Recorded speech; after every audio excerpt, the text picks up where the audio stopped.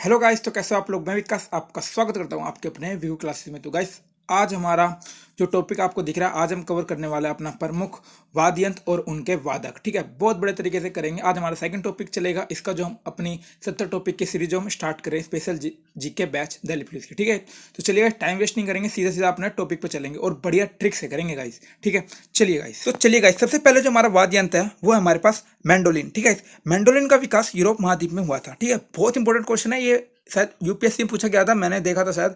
ठीक है, ये वाला क्वेश्चन पूछा गया था कि मैंडोलिन का विकास कौन से महाद्वीप पे हुआ था, तो कौन सा, यूरोप महाद्वीप। ठीक है, ये आप याद रखना।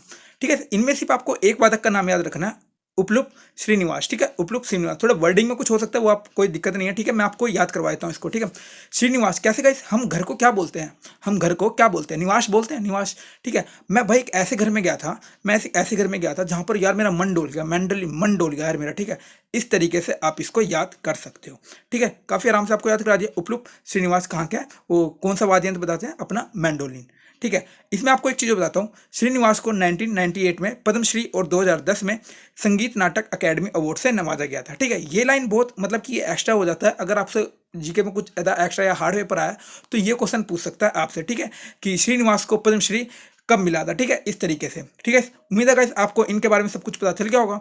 अब चलते हैं गाइस आगे अपना बढ़िया तरीके से।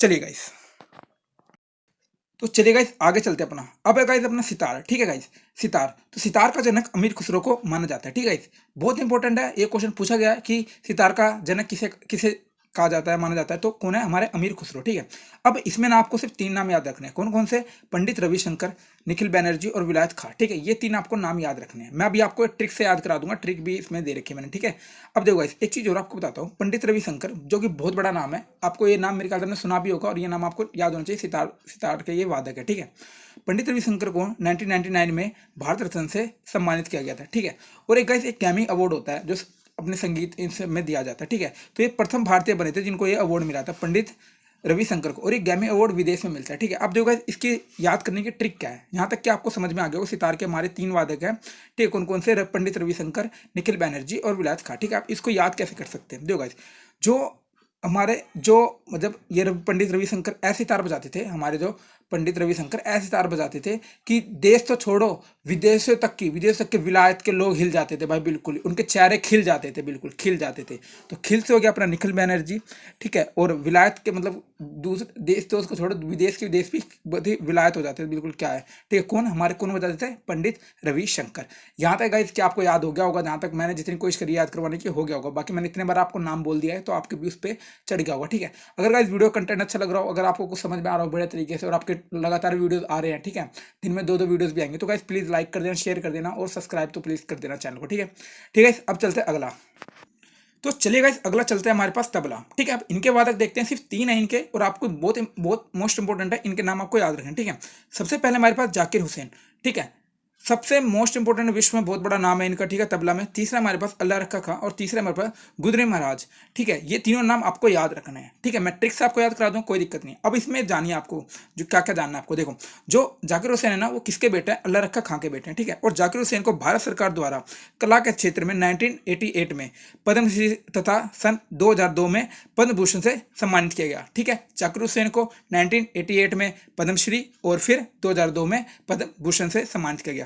ठीक है, ये आप याद रखना। और आपको देखो गाइस, अब मैं याद कराता हूँ आपको ट्रिक। ये मानो जब भी बाप बेटे भाई तबला बजाते हैं ना, जब भी बाप बेटे तबला बजाते हैं और हंसते हंसते बजाते हैं, और जो सुनता है ना, उनके शरीर में गुदगुदी से लगते हैं, गुदगुदी से लगते हैं। उससे आपको गुरुदेव जी महाराज का नाम याद हो गया। ठीक है, अल्लाह रखा का, और अपना जाकिर हुसैन जी का नाम आपको याद हो गया। ठीक है, तो गाइस ट्रिक के लिए मैं बस कुछ भी बोल सकता हूँ ताकि आपको याद हो जाए बस, और माइंड मत करना किसी भी चीज़ को। ठीक है, तो चलिए गाइस आगे चलते हैं अपना बढ़िया तरीके से। अब ठीक है, आगे चलते हैं अपना। आगे हमारे पास शहनाई। ठीक है, इनके वादक देख लेते हैं गाइस। अगर इस टॉपिक को आप अच्छी तरह वीडियो देख लेते हो, लगभग 2 बार भी देख लेते हो, तो मैं कह रहा हूँ इस टॉपिक से आपका एक भी क्वेश्चन गलत नहीं होगा। ठीक है, और बहुत इंपॉर्टेंट टॉपिक है, ये क्वेश्चन पूछे जा रहे हैं एसएससी में, इसलिए मैंने वही टॉपिक लिए।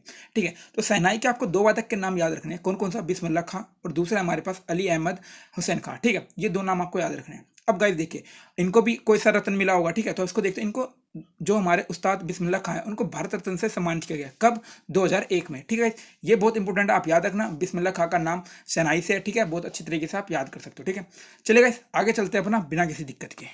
तो चलिए गाइस अगला चलते हैं। अगला है बांसुरी। ओए होए मेरी फेवरेट है ये बिल्कुल बांसुरी, ठीक है, लेकिन मुझे बजानी नहीं आती, लेकिन जब कृष्ण जी के हाथ में लगती है तो बहुत सुंदर लगती है, बहुत ही, उसके लिए तो गाइस कृष्ण जी के लिए एक लाइक बनता है, ठीक है। तो चलिए गाइस बांसुरी के अपने वादक देख लेते हैं, और नाम भी देखिए गाइस कितने बड़े बड़े नाम है वादक के, और आप रिलेट भी कर सकते हो अच्छे तरीके से, ठीक है। तो बांसुरी के हमारे वादक है हरिप्रसाद चौरसिया, ठीक है। दूसरा हमारे पास पन्नालाल घोष, तीसरा हमारे पास राजेंद्र जी, और चौथा हमारे पास टी.आर. महालिंगम, ठीक है। ठीक है, ये चार आपको नाम याद रखने हैं। अब देखो इसको मैं याद करवाता हूँ आपको, सिंपल सा है, हरि प्रसाद चौरसिया का नाम तो आपको इंपॉर्टेंट रखना है बिल्कुल ही बांसुरी से, ठीक है।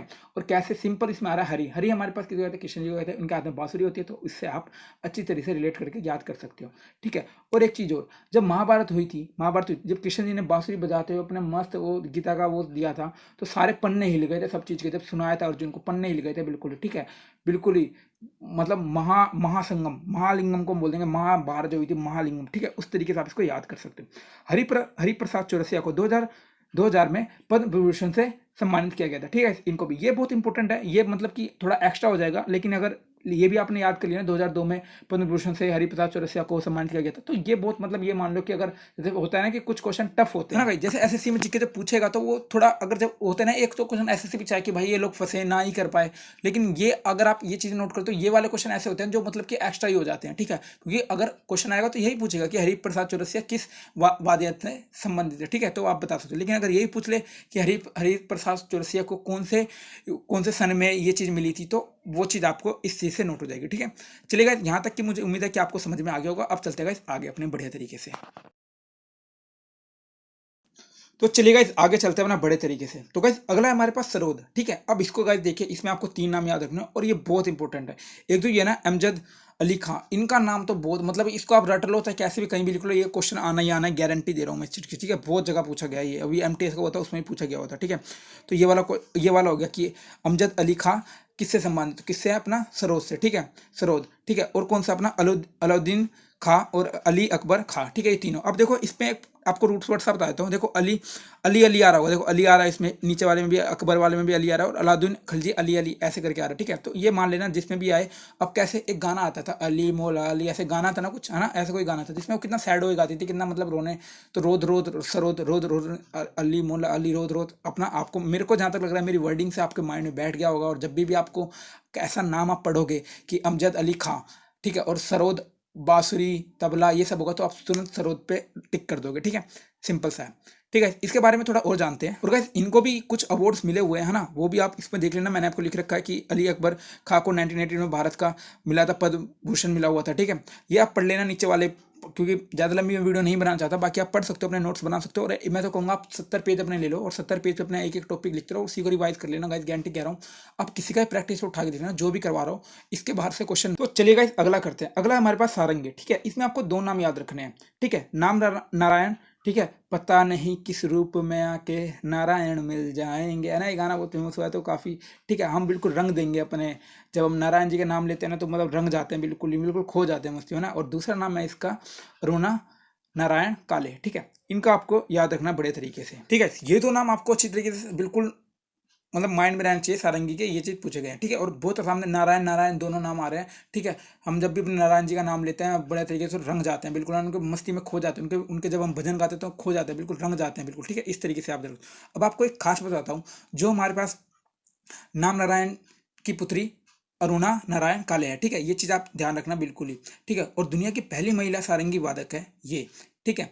कौन सी, अरुणा नारायण काले, ठीक है। चलिए गाइस अब आगे चलते हैं बड़े तरीके से, मेरे ख्याल से आपको समझ में आ गया होगा। चलो गाइस आगे चलते हैं। चलिए गाइस आगे चलते हैं। अपना अगला है संतूर, ठीक है। इनका सिर्फ एक ही नाम आपको याद रखना है, शिव कुमार शर्मा, ठीक है। इसको मैं याद कराने ट्रिक बताता हूँ आपको बहुत बड़े तरीके से। कैसे गाइस, अब मान लो शिव जी अपने जो भोले बाबा जी हैं, ठीक है, वो उनसे बड़ा कोई संत नहीं है, संतूर उनसे बड़ा कोई संत नहीं है, ठीक है। कौन है, संतूर को हम संत से रिलेटेड कर लेंगे, और अपना शिव जी हो गए अपना बहुत बड़े अपने संत टाइप है, ठीक है, क्योंकि पूरे लीन रहते हैं, पूरा कितने बढ़िया तरीके से वो करते हैं, ठीक है, बिल्कुल शांत, ठीक है। तो उस तरीके से आप याद कर लो, शिव कुमार शर्मा किस चीज़ से है, अपना संतूर से, ठीक है। चलिए गाइस आगे चलते हैं अपना बड़े तरीके से। तो गाइस अगला है हमारे पास वायलिन। वायलिन का आपको ऐसा नहीं लगता सुन के कि भाई कोई बड़े लोग ही या फिर ऐसे लोग ये बजाते होंगे जिनको शौक होता होगा इन चीज़ों का, जो बिल्कुल आप अच्छे बड़े घर के हैं वो, मतलब वैसे मैं आपको बस याद कराने के लिए बता रहा हूँ ये चीज़, ठीक है। नहीं तो कोई बजा सकता है, कोई दिक्कत नहीं, टैलेंट की कमी नहीं होनी चाहिए, ठीक है। तो वायलिन हम बजवाएंगे ऐसे बंदे से जो बहुत अमीर है या वैसे उनसे, ठीक है। और नाम से भी देखना आपको ऐसा अलग सा फील आएगा, मनोज जॉर्ज, ठीक है। लग रहा है ना भाई इसको हम जॉर्ज जॉर्ज बोल के जज बोलेंगे, ठीक है। जज भाई बजा, और एक जज है अपना डॉक्टर, ठीक है। दो जने हैं जो अपना वायलिन बजाते हैं, ठीक है, मनोज जज और डॉक्टर एन राजम, ठीक है। ये इनको हम बजवाएंगे अपना वायलिन, ठीक है, इस तरीके से। गाइस एक इंपॉर्टेंट बात है, जो अपने मनोज जज है उनको 2015 में ग्रैमी पुरस्कार दिया गया। किसको गाइस? मनोज जॉर्ज को, ठीक है। गाइस मेरी वर्डिंग में मत जाना, बस मैं याद कराने के लिए सब कुछ कर रहा हूँ, ठीक है। चलिए गाइस आज का लास्ट अपना वाद्य यंत्र है और वादक भी आज के लास्ट है, ठीक है। तो गाइस अगला हमारे पास वीणा, ठीक है। वीणा का हम किससे बजवाएंगे? अपनी वीणा के जो वादक हो गए अपने कौन है? एएस बालचंद्र, ठीक है। तो गाइस इसको याद करने की ट्रिक क्या है? जब भी हम वीणा वीणा हमारी सरस्वती माँ के पास भी है, ठीक है। तो हम क्या करेंगे, जब भी हम जाएंगे उनके पास, तो हम क्या करेंगे, चंदन वंदन लगा के जाएंगे बढ़िया तरीके से, वीणा क्योंकि उनके हाथ में रहती है, ठीक है। तो इस तरीके से आप याद कर सकते हो गाइस, ठीक है दोस्तों। गाइस अब एक और चीज ध्यान में रखना कि प्राचीन सिक्कों पर वीणा बजाते हुए किस हिंदू राजा को दिखाया गया? किसको दिखाया गया गाइस? अपने समुद्रगुप्त को, ठीक है। ये चीज आपको इंपॉर्टेंट रखना। तो गाइस आज के लिए बस इतना ही। उम्मीद है गाइस आपको वीडियो बहुत अच्छी लगी होगी, ठीक है। तो हमने वाद्य यंत्र और वादक बहुत अच्छी तरीके से कवर कर लिया। आप कहीं से प्रैक्टिस सेट करके देखना, आपको बहुत मजा आएगा, ठीक है। इसी के साथ थैंक यू गाइस।